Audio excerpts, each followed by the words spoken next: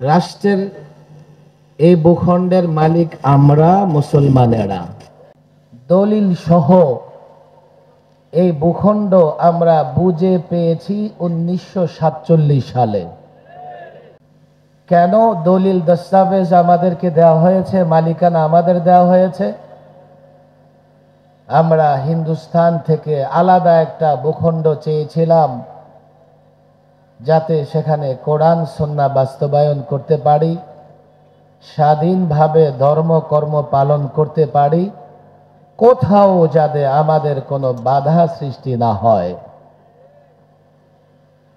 কবে দলিল সূত্রে আমরা এই ভূখণ্ডের মালিক হয়েছি? এখন একদল লেফটিস্ট, আরেক দল রাইটিস্ট, একদল সেকুলারিস্ট, আরেক দল ন্যাশনালিস্ট জাতীয় ঐকমত্য কমিশন গঠন হয়েছে রাষ্ট্র মেরামত করবার জন্যে, সংস্কার করবার জন্যে। আমিও মাঝে মধ্যে সেই কমিশনের বৈঠকে যাই।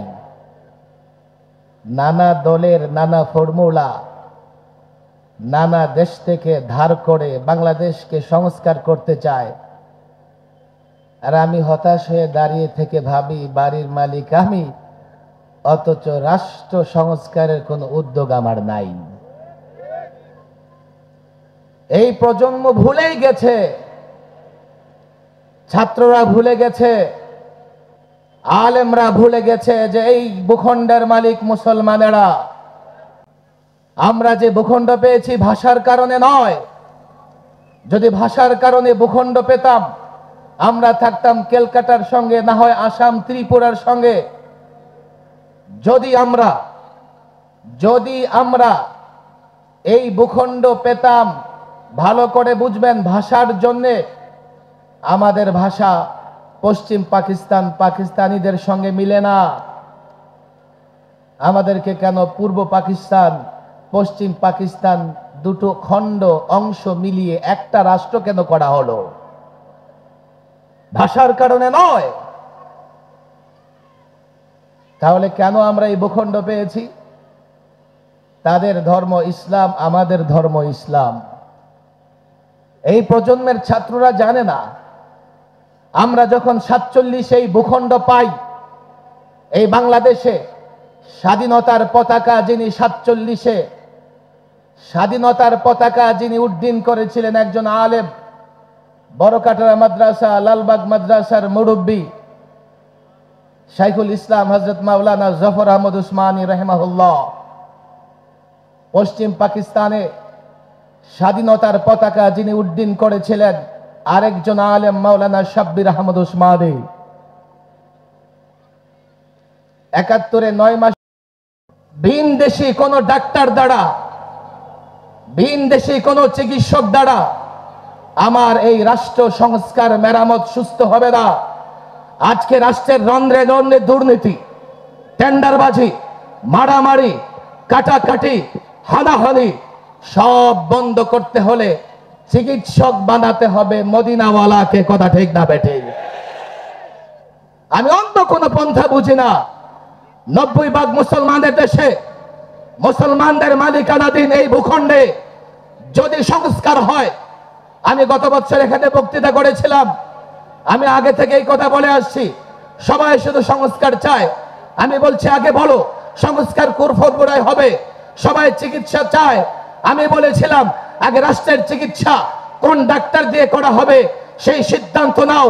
বাংলাদেশ এই ভূখণ্ড, এই রাষ্ট্র মেরামত করতে হলে, সংস্কার করতে হলে ডান বামের ডাক্তার দিয়ে এই রাষ্ট্র সংস্কার হবে না। মদিনাওয়ালার আদর্শে উজ্জীবিত এমন ডাক্তার লাগবে।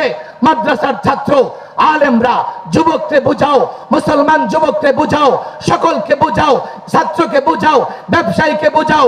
যদি শান্তি চাও, যদি শৃঙ্খলা চাও, যদি মনে করো এই বাংলাদেশে ইজ্জতের সঙ্গে বসবাস করতে পারবে, বসবাস করবে একমাত্র আল্লাহর নবীর আদর্শ ছাড়া, কোথাও অন্য কোনো ট্রিটমেন্ট, ডাক্তার, চিকিৎসক খোঁজো না, নিরাপদে থাকতে পারবে না।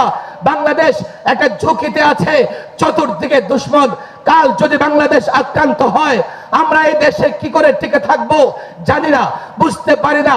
তবে যদি ইসলাম ধরো, ইসলাম মানো, আল্লাহর নবীর আদর্শে যদি লড়াই করবার জন্য প্রস্তুত গ্রহণ করো, তাগুত যেই হোক না কেন, বদরের দিকে তাকাও, 313 জন হাজারের বিরুদ্ধে লড়াই করেছে।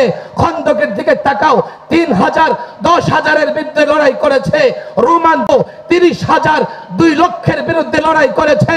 আল্লাহর কসম, সংখ্যা নয়, অস্ত্র নয়, আল্লাহর নবীর আদর্শে যদি এ জাতির প্রত্যেকটা যুবককে উজ্জীবিত করা যায়, গোটা দুনিয়ার বিরুদ্ধে লড়াই করা যাবে। নারে তাকবীর, নারে তাকবীর।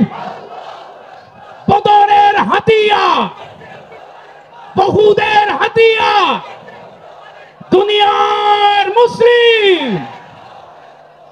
আমাদের একটা চ্যালেঞ্জ গ্রহণ করতে হবে, সেটা হচ্ছে এই জাতির যুবকেরা জানে না যে আল্লাহর নবীর আদর্শে তাদের মর্যাদা, তাদের সম্মান আছে। জাতির যুবকেরা জানে না,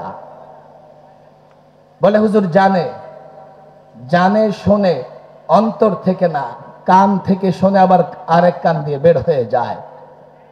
আমরা আল্লাহর নবীর অনুপম আদর্শ, উত্তম আদর্শ অন্তত এই সিরাতের মাসে, মিলাদের মাসে প্রত্যেক ঘরে ঘরে যুবকের কাছে পৌঁছে দেওয়ার দায়িত্ব নিতে হবে, চ্যালেঞ্জ গ্রহণ করতে হবে।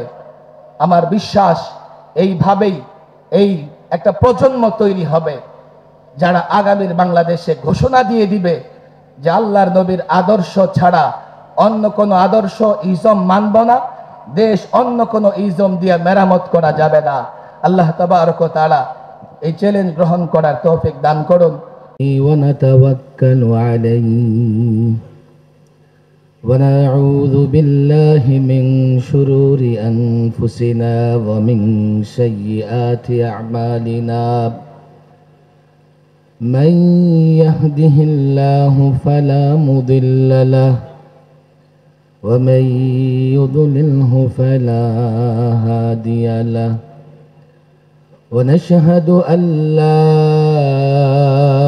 إله إلا الله وحده لا شريك له ونشهد أن محمدا عبده ورسوله أما بعد فأعوذ بالله من الشيطان الرجيم بسم الله الرحمن الرحيم لقد كان لكم في رسول الله أسوة حسنة صدق الله مولانا العظيم বাংলাদেশ জাতীয় সিরাত কমিটি কর্তৃক আয়োজিত দিনব্যাপী সিরাতুন নবী সাল্লাল্লাহু আলাইহি ওয়াসাল্লাম